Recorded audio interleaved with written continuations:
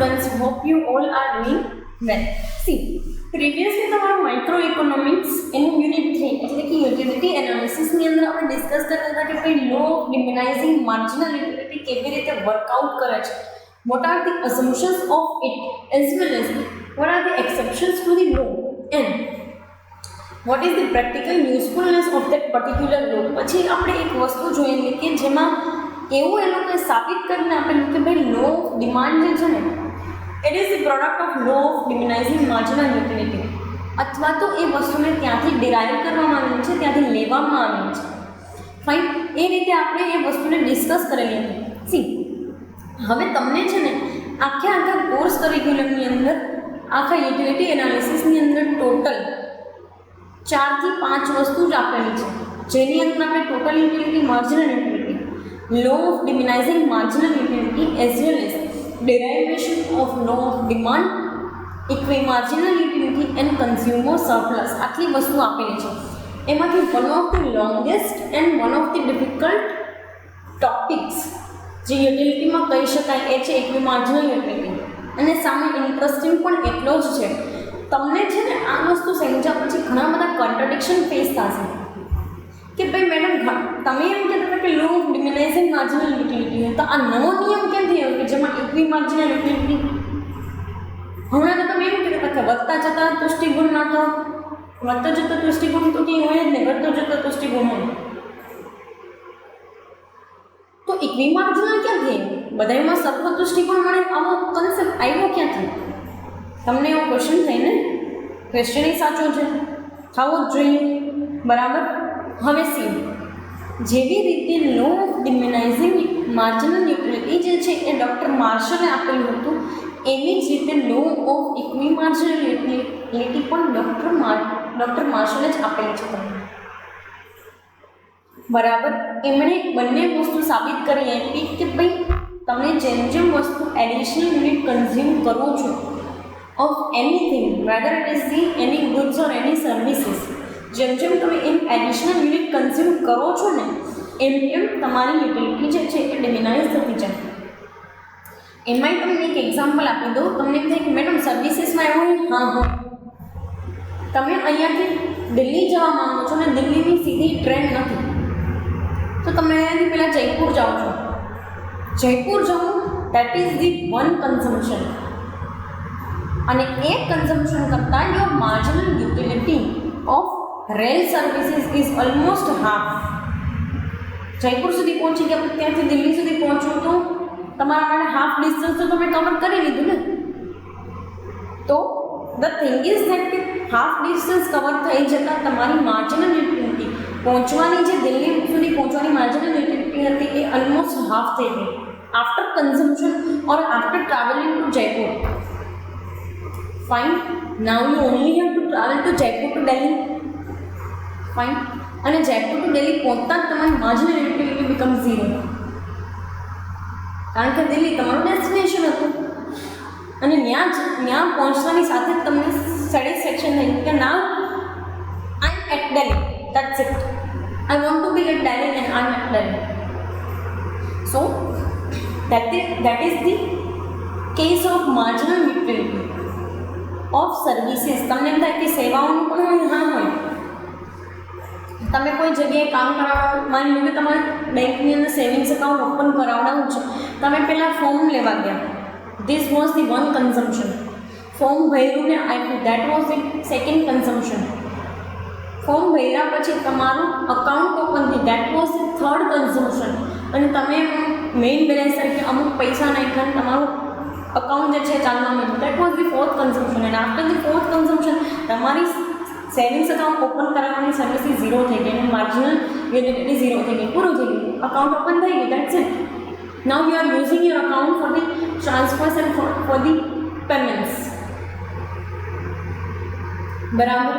તો તમે હવે તમારા સેવિંગ્સ એકાઉન્ટનો યુઝ કરો છો, ત્યાં પોતાની સાથે જ તમારી બેન્કિંગની સેવિંગ્સ એકાઉન્ટ ઓપન કરાવવાની સર્વિસીસની માર્જિનલ યુટિલિટી 0 થઈ ગઈ, પૂરું થઈ ગયું, યુટિલિટી 0 થઈ ગઈ, દેટ્સ ઇટ.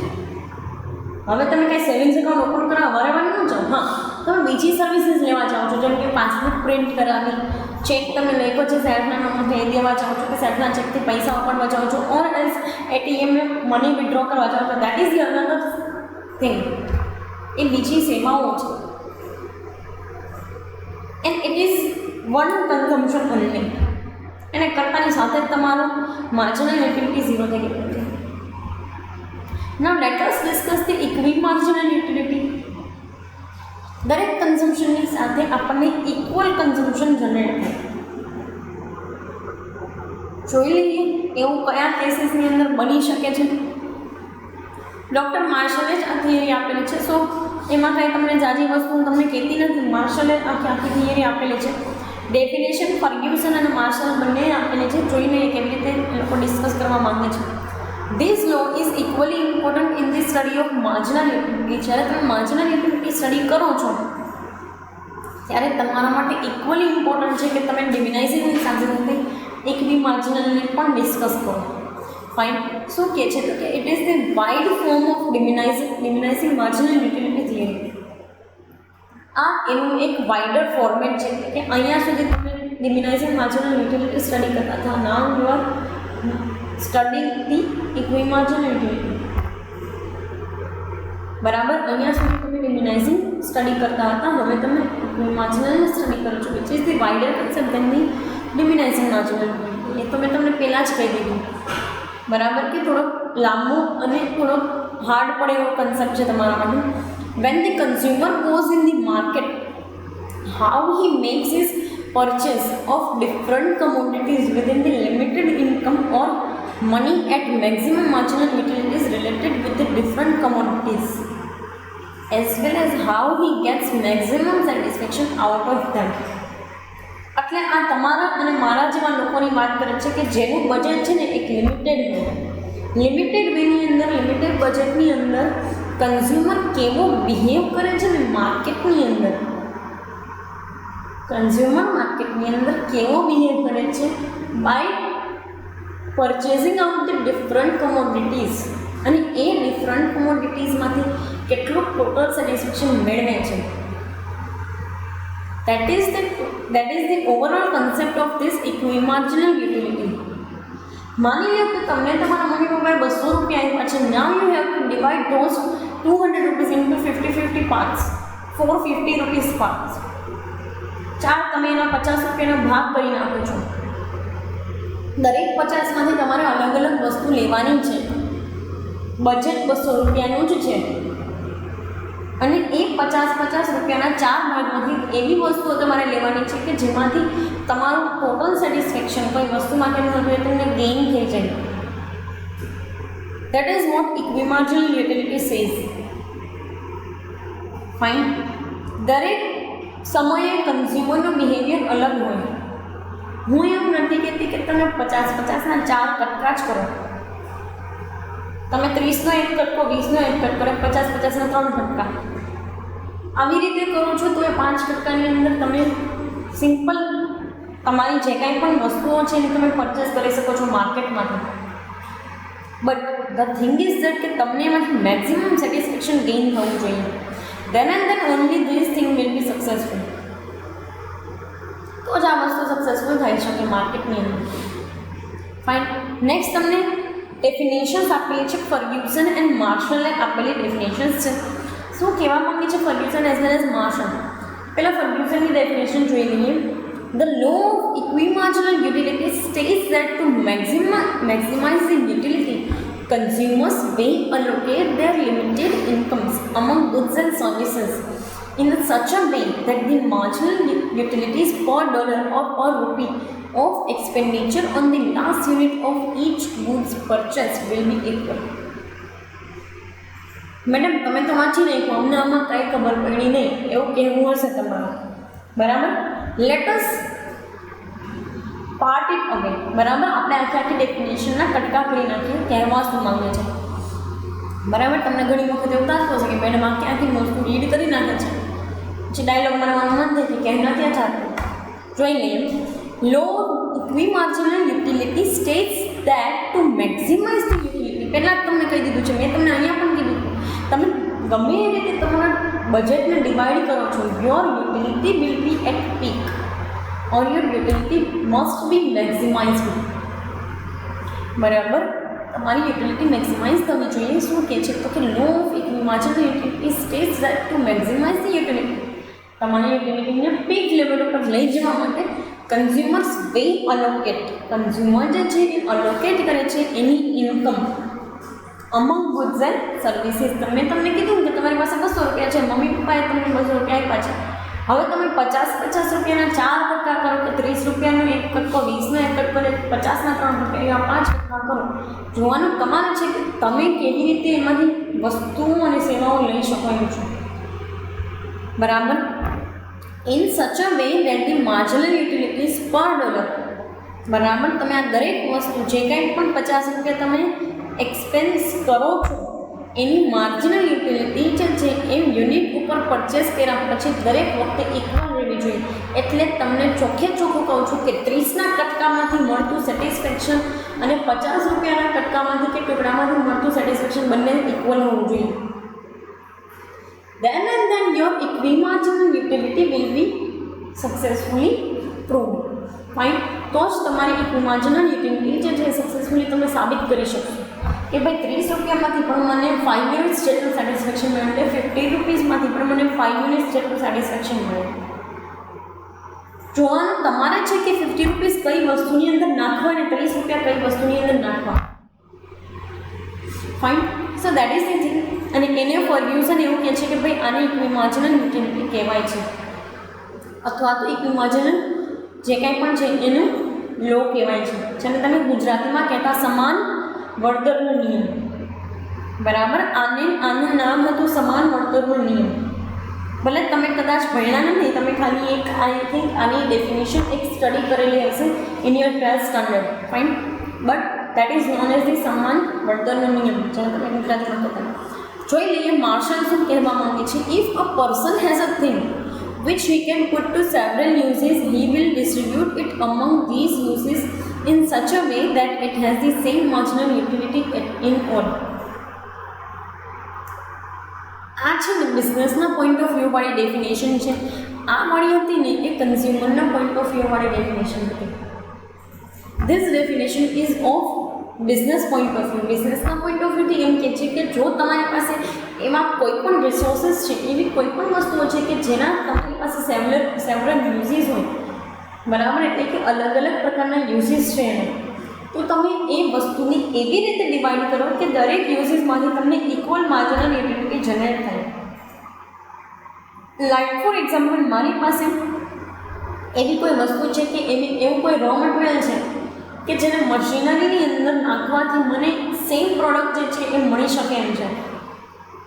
બે અલગ અલગ પ્રકારના મટીરિયલ છે, બટ એમાંથી એના પર પ્રોસેસ કરવાથી મને સેમ પ્રોડક્ટ જનરેટ થઈ શકે એમ છે. So now I will do that thing, કારણ કે એની માર્જિનલ યુટિલિટી સેમ છે. That's it. Other than that કોઈ એવું વ્યક્તિ છે કે અથવા તો મારી પાસે એવા કોઈ લેબર છે કે જે process 1 as well as process 3 બંને ઉપર કામ કરી શકે છે, તો હું એ લોકોની પાસે જે કાંઈ પણ દિવસના 8 કલાક કે 12 કલાક એ લોકો કામ કરતા હોય, 6 કલાક પ્રોસેસ 1 માટે કામ કરાવડાવું, 6 કલાક પ્રોસેસ 3 માટે કામ કરાવડાવું, કારણ કે એ લોકોની બંને એફિશિયન્સીની અંદર જે છે, બંને વસ્તુની અંદર, બંને પ્રોસેસિસની અંદર એફિશિયન્સી છે. તો મને ઇફેક્ટિવલી વસ્તુ જનરેટ થાય તો કે યસ, તો હું એ જ વેથી જઈશ અને ઇક્વિમાર્જિનલ એટલે કે દરેક જગ્યાએથી મને ઇક્વલ આઉટકમ રિસીવ થશે. That is all about the equimarginal utility. Now તમને એક ફોર્મ્યુલા આપેલું છે જેમાં MUX એટલે કે marginal utility of X divided by price of X is equal to marginal utility of Y divided by price of Y. Marginal utility of Z divided by price of Z is equal to marginal utility of money, or we can say that the marginal utility of any type of capital. હવે C marginal utility of x એટલે મેં જે છે ને આ 50ના કટકામાંથી જેટલી વસ્તુ લીધી છે ને એની માર્જિનલ યુટિલિટી, અહીંયા આ વાયના 30ના કટકામાંથી જેટલી પણ મેં વસ્તુ લીધી ને 30 રૂપિયાના ભાગમાંથી એની માર્જિનલ યુટિલિટી, અને આ 20 રૂપિયાના કટકામાંથી મેં જેટલી લીધી ને એની માર્જિનલ યુટિલિટી, બધી વસ્તુ સેમ જ થવી જોઈએ. ત્યારે મારી મનીની માર્જિનલ યુટિલિટી MUM એટલે કે મનીની માર્જિનલ યુટિલિટી છે ને ઇક્વલ થશે. એટલે કે ત્યારે મારું 200 રૂપિયાનું બજેટ જે છે ને એ સફળતાપૂર્વક મેં અહીંયા પૂરું કરેલું હશે. બરાબર, ત્યારે આ 200 રૂપિયાના બજેટમાંથી મેં ઇફેક્ટિવલી યુટિલિટી જનરેટ કરેલી હશે. This is the only scenario and this is the only thing which we have to understand. જોઈ લઈએ, તમને એક ઇમેજિનરી વેની અંદર હું તમને ફિગર્સ આપું છું. અહીંયા છે ને 100 ડિવાઇડેડ બાય 20 કરો છો તો કેટલી આવતી હશે અલ્ટિમેટલી માર્જિનલ યુટિલિટી? તો કે 100 ડિવાઇડેડ બાય 20 કરો છો તો મેડમ સિમ્પલી 20 પંચાને 100, તો અહીંયા 5 જે છે એ માર્જિનલ યુટિલિટી આવતી હશે. બરાબર, અહીંયા તમે 50 રૂપિયા પે કરો છો, અહીંયા તમે 20 પે કર્યા હતા ને અહીંયા તમે 100 પે કરો છો. તો બધાય કેસીસની અંદર છે ને અહીંયા 5 = 5 = 5 = 200 આવવા જોઈએ. બરાબર, 5 = 5 = 5 = 200 નું તમારું બજેટ થવું જોઈએ. Then and then only you will be able to analyze this equimarginal utility. Fine. જોઈ લઈએ આગળ શું કહે છે. તો કે in this way consumer examines the marginal utilities gained from the different commodities purchased with that of price he has to pay for each of these commodities. આ જેટલી પણ કોમોડિટી માટે આપણે પ્રાઇસ પે કર્યા 20 રૂપિયા 30 રૂપિયા 50 રૂપિયા 20 રૂપિયા 50 રૂપિયા 100 રૂપિયા, એ દરેક કેસની અંદર કન્ઝ્યુમર જે છે ને એ એક્ઝામાઇન કરે છે કે આમાંથી મને કેટલું સેટિસ્ફેક્શન મળી શકશે. અને જ્યારે દરેકમાંથી ઇક્વલ સેટિસ્ફેક્શન મળતું હોય ને અને આપણે બજેટની અંદરથી પેમેન્ટ કરીએ છીએ, બરાબર, તો ઇક્વલ સેટિસ્ફેક્શનનો આ સિનારીઓ છે ને એને ઇક્વિમાર્જિનલ યુટિલિટી કહેવામાં આવે છે. This is known as the equimarginal utility. MUM એટલે કે માર્જિનલ યુટિલિટી ઓફ મની. બરાબર, ઇટ બીકમ્સ ઇક્વલ. આ વસ્તુ ઇક્વલ થઈ જાય છે and then you can get the equimarginal utility of particular all these products. આની યુટિલિટી ને આની યુટિલિટી ભલે અલગ હોય, આની પ્રાઇસ અને આની પ્રાઇસ ભલે અલગ હોય, પણ તમને અહીંયા મળતું આઉટકમ જે છે ને એક મસ્ટ બી ઇક્વલ. બરાબર, ત્યાંથી મળતું આઉટકમ ઇક્વલ હોવું જોઈએ. Fine, and this is the only we can say that the સિનારીઓ. બરાબર, એ વસ્તુ જે છે એનો સિનારીઓ જે છે એ જ આ તમને ઇક્વિમાર્જિનલ યુટિલિટી બતાડે છે. નાઉ સી, તમને as a part of the explanation diagram as well as તમને અહીંયા એક ટેબલ આપેલું છે, અહીંયા ડાયાગ્રામ આપેલા છે 3 અને અહીંયા અસમ્પશન્સ આપેલી છે. એ પર્ટિક્યુલર આપણે કમિંગ સેશન્સની અંદર જે છે એ ડિસ્કસ કરશું. અત્યારે પર્ટિક્યુલર લો ઓફ માર્જિનલ યુટિલિટીના ટર્મ્સમાં આપણે એનું આખું એક્સપ્લેનેશન, ફોરગ્યુશનની ડેફિનેશન એઝ વેલ એઝ માર્શલની ડેફિનેશન જોઈ અને મેં તમને એ સમજાવ્યું કે ભાઈ અહીંયાથી મળતી જેટલી પણ વસ્તુ છે આની આઉટકમ એટલે કે આની પ્રોડક્ટ છે ને એ ઇક્વલ થવી જોઈએ. અહીંયા ભલે 50 રૂપિયા આવે તો અહીંયા 100 છે, અહીંયા ભલે 20 છે ને અહીંયા 100 છે. It becomes equal in their outcome and then only we can prove the marginal utility of money. Fine. એ દરેક વસ્તુ તમને આ કોન્ટેક્સની અંદર આપેલ છે. કમિંગ સેશન્સની અંદર આપણે આખું એક્સપ્લેનેશન્સ એઝ વેલ એઝ અસમ્પશન્સ અને એક્સેપ્શન્સ જોશું. ફાઇન, અત્યારે અહીંયા સુધી રાખીએ. Thank you so much.